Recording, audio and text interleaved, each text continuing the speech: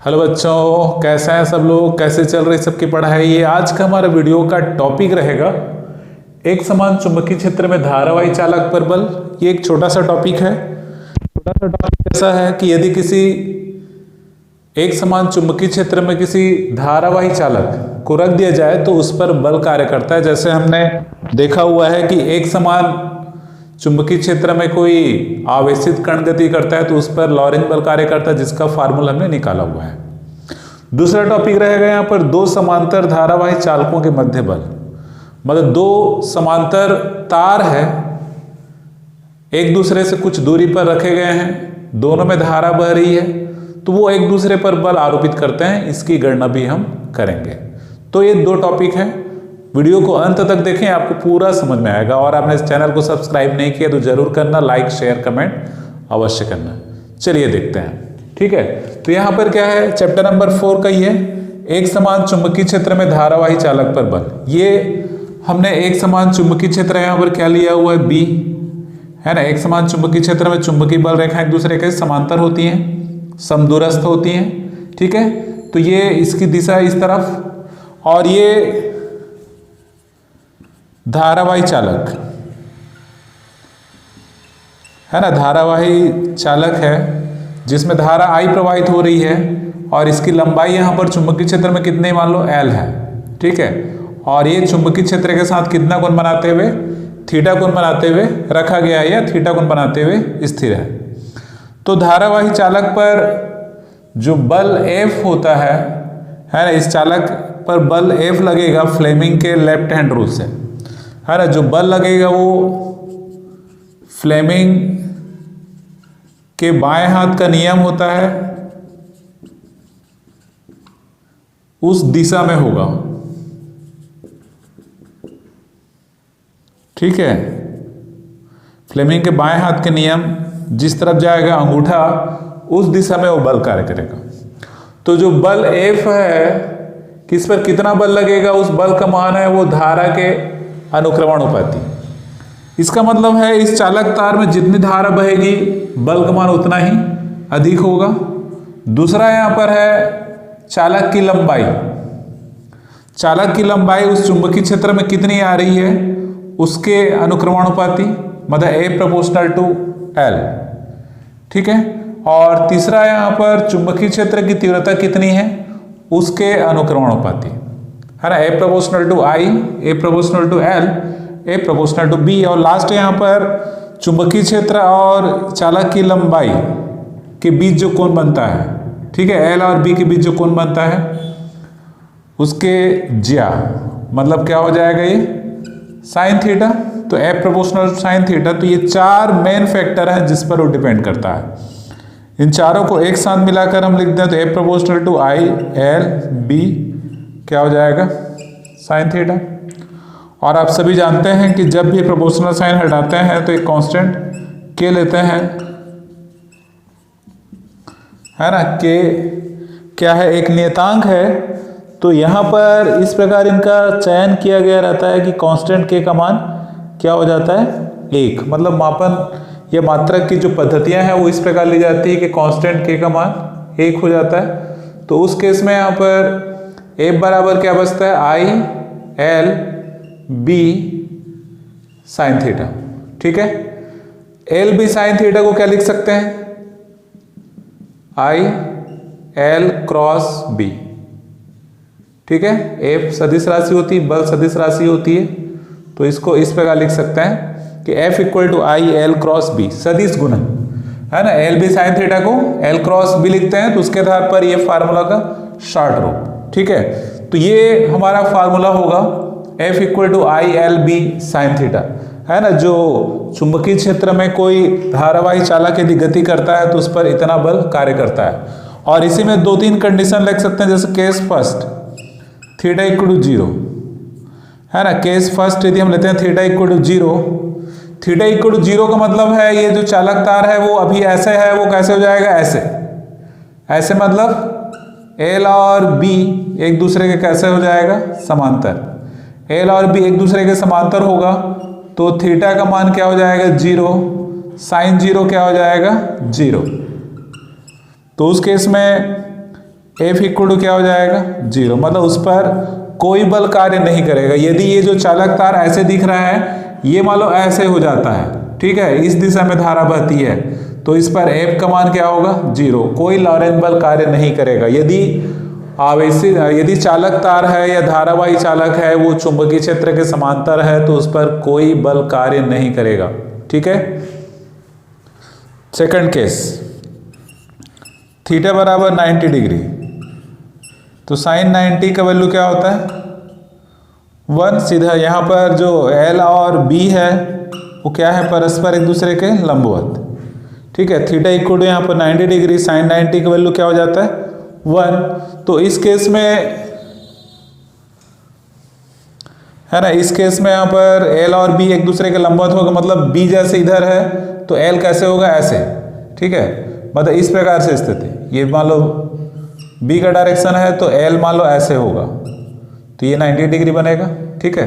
तो इस केस में जो बल कार्य करेगा उसको देखो इस फार्मूला से, F इक्वल टू क्या होगा I रहेगा, L रहेगा, B रहेगा, साइन 90 की वैल्यू क्या हो गया 1, तो ये इतना आएगा, मतलब उस समय जो बल कार्य करेगा वो क्या होगा मैक्सिमम, है ना, अधिकतम बल उस समय कार्य करेगा। और उस बल की दिशा है ना, जो बल कार्य करेगा धारावाही चालक पर, उस बल की दिशा हम फ्लेमिंग के लेफ्ट हैंड रूल, इस रूल से देते हैं, फ्लेमिंग के लेफ्ट हैंड रूल से, ठीक है। फ्लेमिंग के लेफ्ट हैंड रूल में क्या होता है, तर्जनी क्या होता है चुंबकीय क्षेत्र की दिशा, और अंगूठा क्या बताएगा, मध्यमा क्या बताएगा, मध्यमा होता है धनावेश की दिशा, मतलब धारा की दिशा, तो अंगूठा क्या बताता है उस पर लगने वाले बल की दिशा को व्यक्त करता है, ठीक है, क्लियर है। तो ये तो है यहाँ पर ये फार्मूला जो F equal to I L B sine theta ये हमने निकाला। इसको निकालने के पीछे कारण है कि दो समांतर धारावाही चालक है वो एक दूसरे पर बल आरोपित करते हैं, तो उस बल की गणना करने के लिए हमको इसकी आवश्यकता पड़ेगी, है ना। मतलब एक प्रकार का लॉरेंट बल के जैसा ही है ये, क्योंकि फार्मूला अलग है पर फ्लेमिंग के लेफ्ट हैंड रूल इस पर भी कार्य करते हैं। तो अब हम देखेंगे इसका यूज करके, इस फार्मूला धारावाही चालक पर जो बल कार्य करता है इसका यूज करके दो समांतर धारावाही चालकों के मध्य बल कार्य कितना बल कार्य करता है। तो यहाँ पर क्या करते हैं, दो धारावाही चालक हमने क्या लिया हुआ है PQ और RS, दोनों बीच की दूरी क्या है D है, एक दूसरे के समांतर रखा गया है, ठीक है। दोनों सीधा स्ट्रेट वायर है, पहले में धारा I1 बह रही है, दूसरे में धारा I2, हम जैसे चित्र में दिखाया गया वैसे ही लेकर चल रहे हैं, है ना। PQ में धारा I1 के कारण, है ना, PQ में धारा I1 के कारण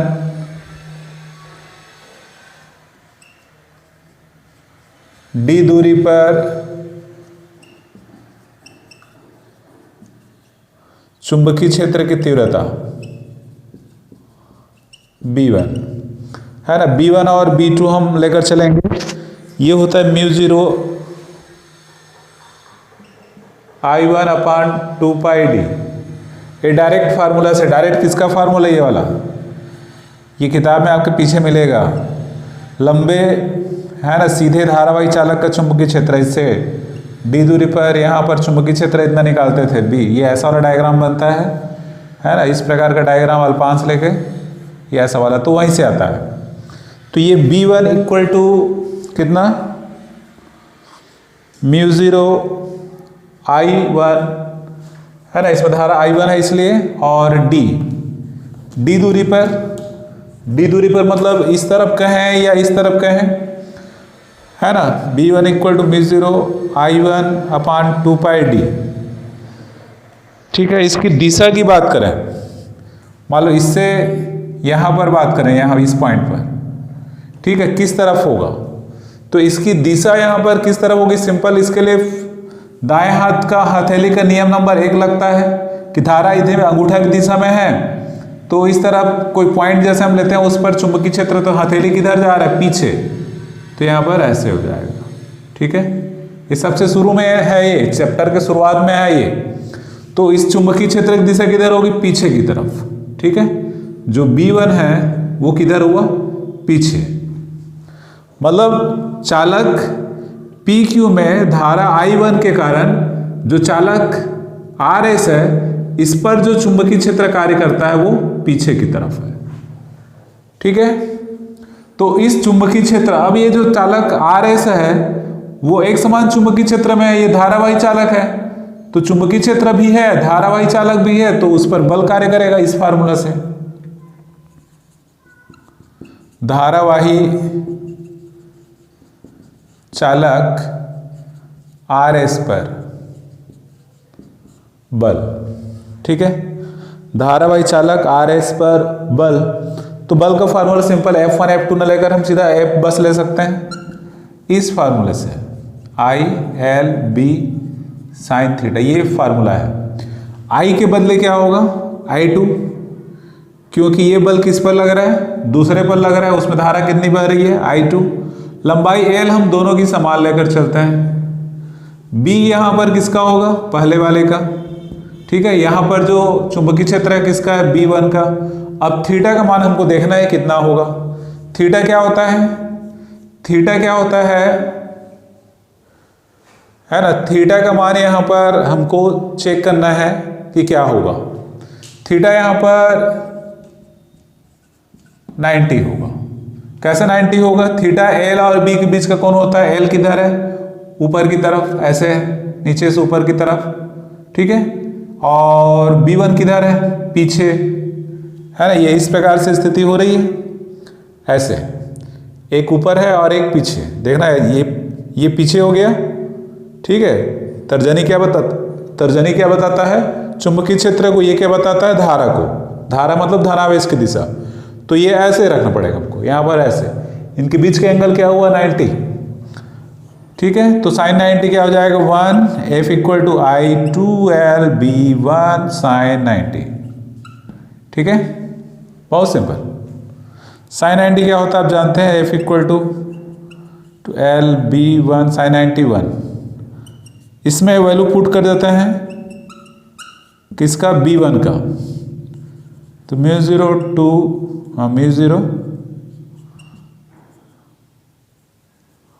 I1/2πd, मतलब क्या फार्मूला आया, μ0 I1/2L/2πd। ये F = इतना, μ0 I1/2πd। ये चालक RS पर बल है ना, RS के प्रति एकांक लंबाई पर बल। यदि प्रति एकांक लंबाई पर कहें तो F बटे क्या हो जाएगा, L। तो उस केस में ये वाला L कट जाएगा, क्या बचेगा, μ0 I1/2πd। तो इस प्रकार चालक RS के प्रति एकांक लंबाई पर जो बल कार्य करता है वो इतना कार्य करता है। ठीक है, इसकी आप क्या निकाल सकते हो, दिशा भी देख सकते हो, ये ऐसे पीछे, ये ऊपर। ध्यान देना यहाँ पर चुंबकीय क्षेत्र, ये चुंबकीय क्षेत्र होता है, ये धारक दिशा होती है और ये बल की दिशा। तो ये तीनों को परस्पर लंबवत रखते हैं, तो कैसे हो रहा है, ऐसे। ठीक है, ये इस प्रकार बल किधर लगेगा, इस पर, ये। ठीक है, बल इस तरफ लगेगा। अब इसके विपरीत हम बात करें, अभी हमने क्या किया, धारा I1 के कारण, है ना, इसके विपरीत निकालते हैं।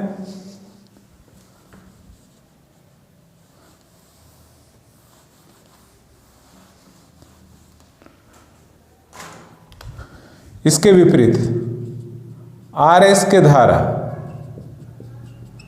I2 के कारण D दूरी पर चुंबकीय क्षेत्र, इसको B2 लेंगे तो μ0 I2 अपान क्या होगा, 2πd। ठीक है, यदि हम यहां पर देखें,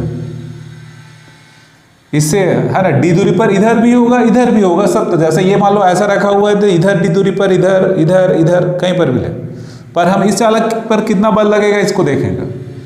तो इस चालक से डी दूरी पर इस पॉइंट पर B2 कैसे होगा, B2 कैसे होगा, इस पर लगाएंगे हम दिशा पहले देखेंगे। तो दाएं हाथ के हथेली का नियम नंबर 1 शुरू में जो है चैप्टर के, अंगूठा धारक दिशा में है, ये I2 ऊपर की ओर है, तो हथेली किधर आ रहा है, इधर, मतलब यहाँ पर डॉट से दर्शाएंगे इसको। क्रॉस मतलब पीछे, डॉट मतलब सामने की तरफ। चुंबकीय क्षेत्र है यहाँ पर, इसमें B2 का डायरेक्शन ऐसे है, धारा किस तरफ जा रही है, ऊपर की ओर, है ना। B2 ऐसे है, धारा ऊपर है, ठीक है, धारा ऊपर, B2 सामने। तो चालक PQ पर बल F इक्वल टू ये होगा I1 L B2 sine theta.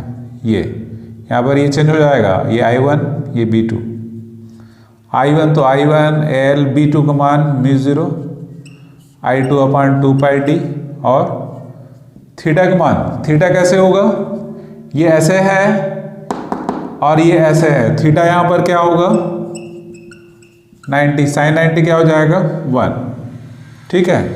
तो इस प्रकार F इक्वल टू क्या आ जाता है μ0 I1 I2/2πd इंटू L, ठीक है। फिर इसको जब निकालेंगे प्रति एकांक लंबाई में तो इस सेम वाला आएगा, F इक्वल टू, है ना, प्रति एकांक लंबाई का मान निकालेंगे F डैश निकालेंगे तो ये L कहाँ चला जाएगा, इसके नीचे कितना बचता है μ0 I1 I2/2πd, ठीक है। तो इस प्रकार हम ये दोनों की बात करें, ये जो बल किस पर लग रहा था RS पर, और ये बल किस पर लग रहा है PQ पर। तो क्या पता चल रहा है, दोनों फार्मूला यहां पर सेम आ रहा है, μ0 I1 I2/2πd, तो F1 और F2 दोनों पर बल क्या लग रहा है बराबर। इसकी दिशा देख लेते हैं यहाँ पर, इस वाले बल की दिशा देखें, फ्लेमिंग के बाएं हाथ का नियम लगाओ, फ्लेमिंग के बाएं हाथ का नियम आपको लगाना है। धारा ऊपर की तरफ है तो मध्यमा को ऊपर करो, चुंबकीय क्षेत्र कैसे है, सामने इधर है, तो अंगूठा किधर जा रहा है, इस तरफ, मतलब लगेगा बल ये ऐसे, F डैश, मान लो इसको हम F डैश से दर्शाएं, ठीक है, या दोनों F ये मान लो, पर दोनों की दिशा यहाँ पर कैसी है, विपरीत है, मतलब F equal to F dash पर किसके साथ होगा, ऋण चिन्ह के साथ। मतलब दोनों चालक एक दूसरे पर बल लगाते हैं, दोनों चालक एक दूसरे पर बल लगाते हैं, पर कैसे लगा रहे हैं यहाँ पर, एक दूसरे की ओर, मतलब यहाँ पर क्या हो रहा है, आकर्षण, ठीक है। इस केस में दोनों चालक एक दूसरे को क्या कर रहे हैं, आकर्षित कर रहे हैं। ये तो क्लियर हो गया। आपके किताब में एक और डायग्राम दिया होगा, है ना, एक और डायग्राम यहां पर,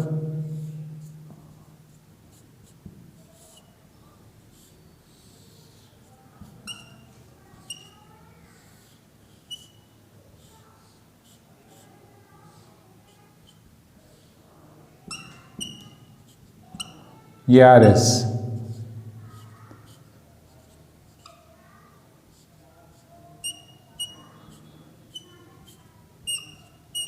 है ना। इस प्रकार के एक और डायग्राम दिया हुआ है, ये बताता है जैसे ये पहले जो PQ था वो ऐसे सीधा था, जैसे सीधा है, ये भी ऐसे सीधा था, पर ये दोनों एक दूसरे को आकर्षित करते हैं, तो ये ऐसे पास पास आ गए हैं, ये एक दूसरे के पास पास आ गए हैं। तो ये बताता है कि दोनों में धारा की दिशा समान होने पर क्या हो रहा है, आकर्षण, ठीक है।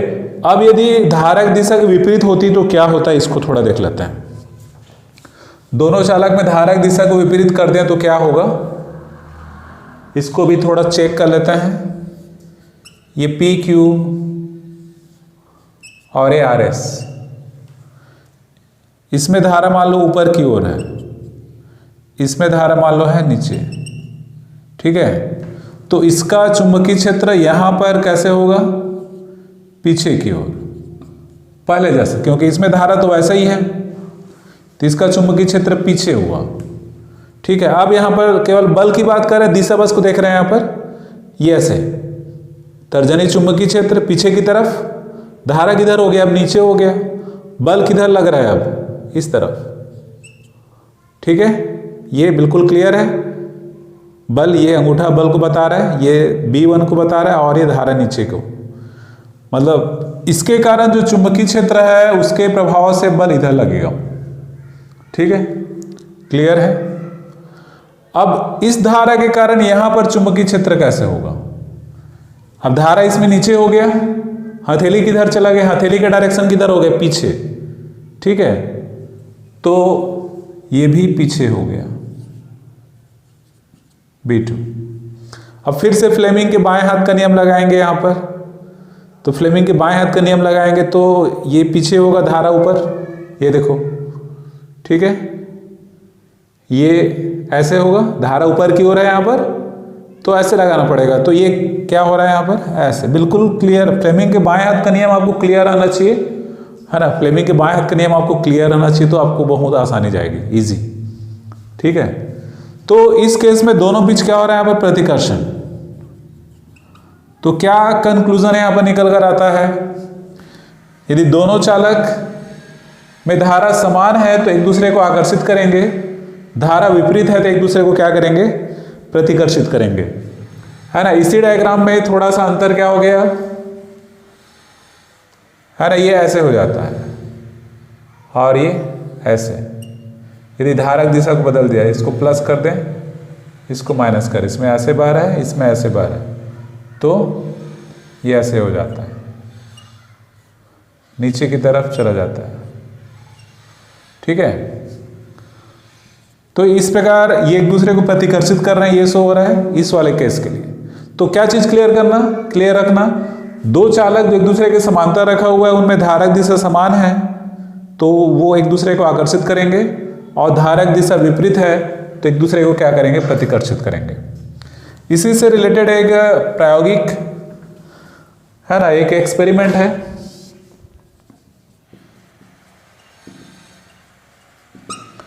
एक एक्सपेरिमेंट क्या है, एक स्प्रिंग है,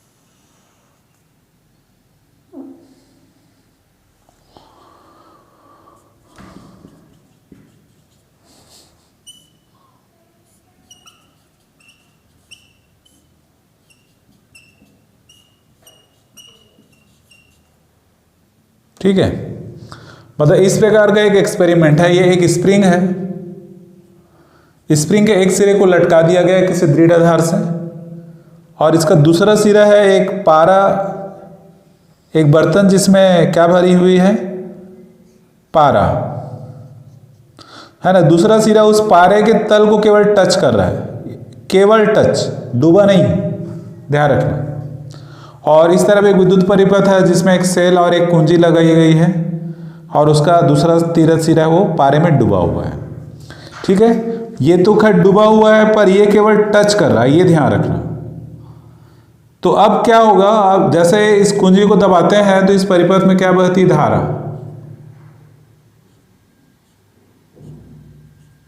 ठीक है, इस परिपथ में धारा बहती है। अब जो स्प्रिंग होता है उसके फेरे यहां पर इस प्रकार है, ऐसे ऐसे इसके फेरे होते हैं। स्प्रिंग ऐसे ऐसे लपटाया ना, तो हम एक तरफ के फेरे देख रहे हैं, सामने तरफ के फेरे। तो इन सब में धारा कैसे बह रही है, ऐसे। ठीक है, स्प्रिंग के फेरों में इस प्रकार से धारा बह रही है, और सभी फेरों में धारा कैसे है, एक समान ये। ठीक है, तो सभी फेरों में धारा एक समान है, इस कारण से ये वाला केस आएगा, इन फेरों के बीच क्या होगा, आकर्षण होगा। तो स्प्रिंग जब लटका है तो थोड़ा सा फैला हुआ है, पर जैसे ही धारा प्रवाहित करते हैं इनके जो फेरे हैं उनमें आकर्षण आ जाता है, जिसके कारण थोड़ा सा क्या होता है, ये सिकुड़ जाता है। स्प्रिंग थोड़ा सा सिकुड़ जाता है और यहाँ से थोड़ा सा ऊपर उठ जाता है, तो ये संपर्क क्या होता है, टूट जाता है। जैसे ये संपर्क टूटेगा, परिपथ है वो अपूर्ण हो जाता है, क्योंकि धारा प्रवाह के लिए परिपथ है वो सब तरफ से जुड़ा हुआ रहना चाहिए। जैसे ये सिरा पारा के टच से हट गया, इसमें धारा का प्रवाह रुक जाता है। धारा का प्रवाह रुक जाता है, फिर से स्प्रिंग क्या होता है, फैल जाता है, अर्थात ये फिर से डूब जाएगा, टच हो जाएगा इसको। जैसे ही टच होगा फिर से धारा बहेगी, फिर सिकुड़ जाएगा, क्योंकि फिर वो फेरे उसके आकर्षित करेंगे। तो इस प्रकार जैसे ही धारा प्रवाहित होगा वो ऐसे होगा, फिर फैल जाएगा, फिर ऐसे। तो इस प्रकार स्प्रिंग जो लटका हुआ है वो अपने ही स्थान पर ऊपर नीचे फैलता सिकुड़ता है, मतलब सरल आवर्त गति करता है। तो ये जो एक्सपेरिमेंट है वो इस प्रायोगिक तथ्य की व्याख्या करता है कि दो समांतर धारावाही चालक तार में यदि धारा समान दिशा में बह रही है तो एक दूसरे को आकर्षित करते हैं, वो इस एक्सपेरिमेंट से पता चलता है। तो बच्चों आज के वीडियो में इतना ही। इस वीडियो में हमने बताया क्या क्या कि यदि किसी धारावाही चालक तार को किसी चुंबकीय क्षेत्र में रखा जाए तो उस पर बल कार्य करता है, और उस बल के प्रभाव को हमने दो समांतर धारावाही चालकों के मध्य कितना बल कार्य करेगा उसके फार्मूला निकाल कर डिस्क्राइब किया। और यदि वीडियो आपको अच्छा लगा हो तो आगे अपने दोस्तों को व्हाट्सएप पर शेयर अवश्य करें। Thanks for watching.